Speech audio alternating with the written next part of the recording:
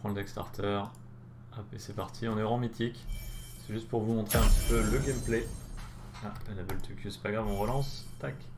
C'est juste pour vous montrer le gameplay, même si on va pas voir grand chose parce qu'on va vite se faire dépasser par l'adversaire. Mais voilà, l'objectif c'est de comprendre le début de partie, comment est-ce que je dois sortir, quelles sont les cartes que je dois privilégier. Donc là l'essentiel c'est vraiment de comprendre ce que c'est un value trade, ce que ça veut dire avoir le board.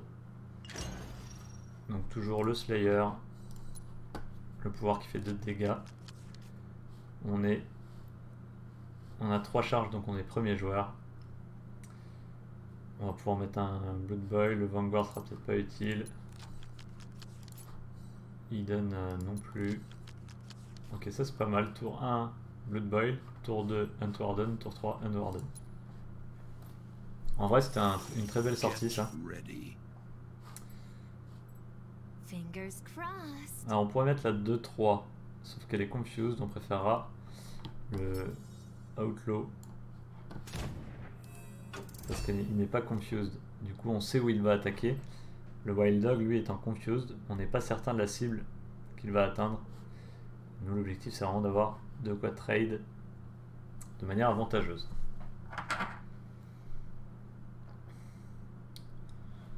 Alors, je rappelle qu'on est au rang mythique, hein. C'est normal si on se fait dépasser rapidement. Mais l'idée, voilà, c'est juste de vous montrer. Donc là, on va faire pièce et jouer un tour 3, donc une 3-4 ou une 3-2. Ici, il y aura 3 d'attaque, donc on va préférer mettre une 3-4. Et on va venir attaquer directement. Et on booste de 1, puisque c'est son pouvoir. Après l'attaque, gagne 1 d'attaque. Elle était cachée, donc camouflée. On ne pouvait pas la cibler. Quand elle est grisée en noir, comme ça on ne peut pas l'attaquer. Et la créature échange son attaque et sa vie à chaque tour. Donc soit là il vient me faire un ping et trade. Ce qui serait pas très avantageux pour lui parce qu'il ne ferait rien d'autre. Soit au tour suivant ça devient une 1-3 que je vais pouvoir prendre en trade. Okay. Là il vient trade et derrière il va sans doute faire un ping, voilà. Mais ça nous arrange puisque pendant ce temps là il ne joue rien d'autre. Nous on va lui remettre exactement la même créature derrière. Hop là, et on attaque. Donc là c'est nous qui avons le board. Alors, on a les 2 créatures sur la table et c'est à lui de combattre pour récupérer le board. Donc là on est dans la position la plus avantageuse et avec le guerrier on veut rester dans cette position là le plus longtemps possible. Mais vous voyez tout de suite il remet du board pour contester et nous on va devoir essayer de faire des trades avantageux. Donc la 3-3 on ne peut pas l'échanger puisqu'elle est camouflée, elle est cachée, elle est hidden.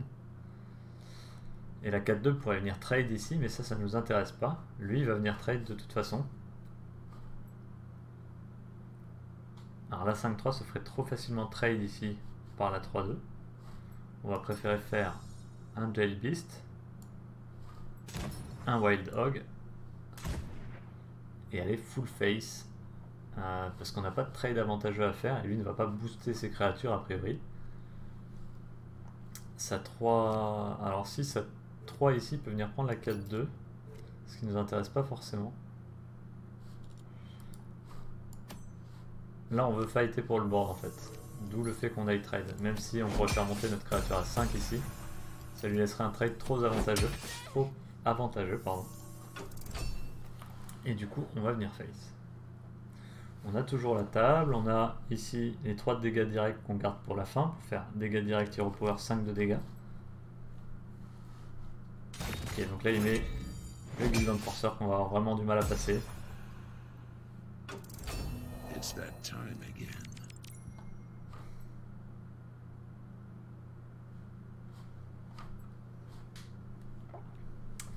On va être obligé de mettre un Vicious Rend dessus pour tout passer dedans. Donc là c'est déjà une carte évoluée, hein. C'est une carte du set Divine Order. Et il y a de l'armure dessus, donc ça réduit de 1 les dégâts que la créature prend. Voilà, donc là elle nous fait très mal celle-là. Et on continue à mettre de la table. Mais là vous avez compris le principe de base. Et si vous avez ce principe en tête, eh bien vous allez être capable de monter déjà les premiers rangs sans souci. vous faites des échanges, vous essayez de faire des échanges qui sont le plus optimal possible. Donc là par exemple j'échange ma 3-1 pour garder celle-là en vie, donc là il descend avec une carte légendaire hein, carrément. Et lui au lieu de prendre un trade, il est venu face, ce qui selon moi n'était pas forcément la meilleure option. Puisqu'il aurait pu prendre un value trade sans perdre son armure ici, il me faisait tomber le token. Il veut me faire un ping ici je pense pour un value trade. À chaque invocation on va faire 2 dégâts à l'adversaire, c'est pas mal. Et est-ce qu'on va face ou pas? Là c'est sûr. On va prendre peut-être le plus 2, plus 2. On va voir. Ça pourrait nous aider. Et là on va prendre le trade. Pour essayer de conserver la table. You give stupid people hope.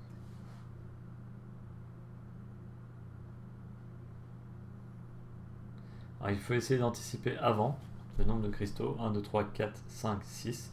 Donc je vais pouvoir faire Underbridge et Boost, ou Underbridge et Hero Power. Donc là sa carte va venir récupérer une carte dans ma main. Donc là je vais me faire dépasser. Je sais pas compris ce qui vient de se passer.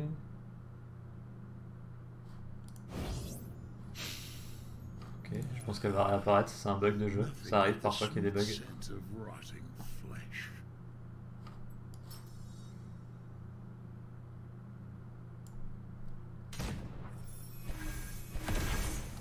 Et pour éviter de prendre trop de dégâts sur sa créature ici, quoique elle est encore dans l'ombre pendant 2 tours, on va mettre ici le plus 2.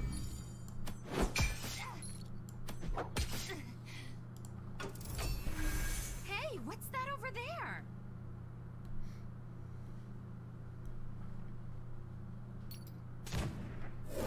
Ah oui, elle est remontée dans sa main. Ok, c'est ça que j'avais pas suivi.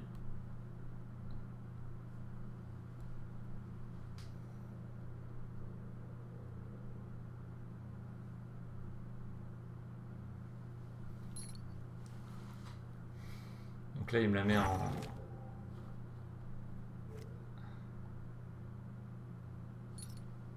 Il me la met en order.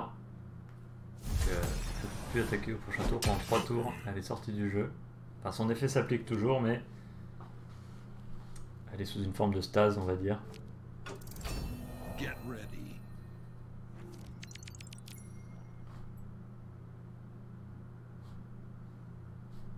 Qu'est-ce que j'ai joué comme spell? Oui, j'en ai joué.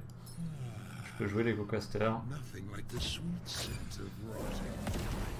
Qui en plus est protégé, va faire 2 de dégâts. C'est vraiment une bonne carte, Summoner's Guide, qui permet de mettre des dégâts à chaque fois qu'on invoque. Si je pouvais l'avoir plus tôt dans la partie. Et voilà, là il est à 12, on est à 23, on va avoir le Hero Power, on va avoir... Alors, on aurait préféré récupérer le Vicious Rend, hein, pour lui mettre 3 de dégâts supplémentaires.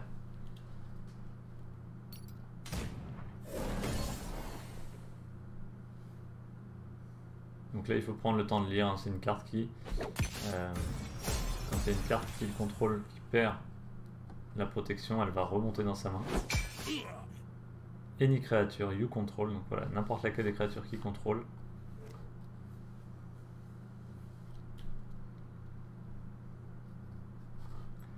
Là on va lui mettre plus 2. 4, 5, 6. On est autour combien à 7 5, 6, 7.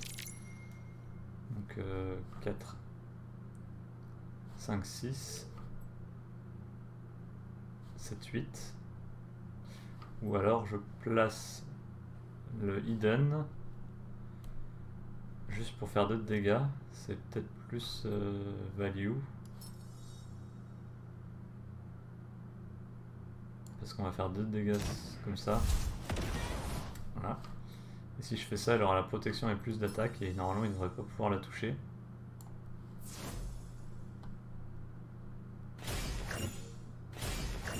Voilà. on l'attaque. Et normalement on a 4 ici, et s'il n'arrive pas à nous la gérer, on a létal. Donc on a gagné avec un deck Welcome Core au rang mythique. C'est pas fini encore, mais on n'est pas loin. Et sinon en 2 tours, avec Hero Power et Hero Power, on arrive à mettre 4. Sauf que voilà, en 2 tours il peut se passer des choses. Il y a déjà 4, 5, 6, 7, 8 d'attaque sur la table. Donc 8 et 8, 16, quasiment en 2 tours il nous tue. Donc ça va être très serré. Mais on a une option quand même avec une carte qui est protégée ici et qui en plus est cachée. Donc elle est protégée par la bulle de protection.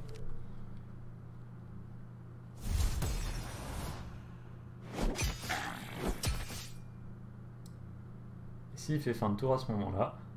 Il met une frontline, ok.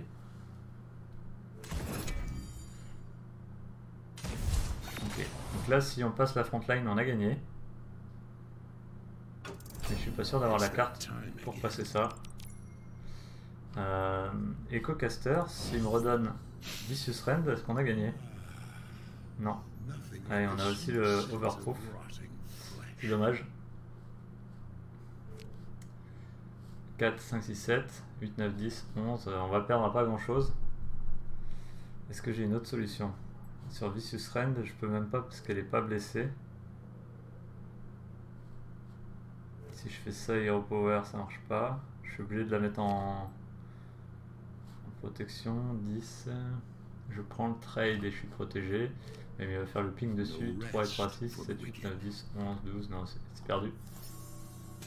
C'est perdu malheureusement, mais à pas grand chose. Ok, en plus on prend pas la bonne carte. Donc là c'est vraiment la carte qui l'a sauvé, la petite provocation ici qui a l'air de rien. Mais voilà, on n'était pas loin de gagner. Vous voyez, pourtant on est au rang mythique. On est au rang mythique avec le deck Welcome Core. Vous voyez que c'est faisable. Là ok, c'est lui qui a récupéré la carte chez nous, il va la jouer. Voilà, c'est pas dramatique, c'est pas grave. Et il finit par gagner. Il s'en sort bien. Mais voilà, tout ça pour vous montrer que le deck est vraiment solide. Je vais vous démarrer avec ce deck là. Donc n'hésitez pas, allez-y, faites des parties et apprenez à le jouer correctement. Vous allez voir que ça va bien. Et on se retrouve très bientôt pour passer au niveau d'au-dessus pour l'améliorer.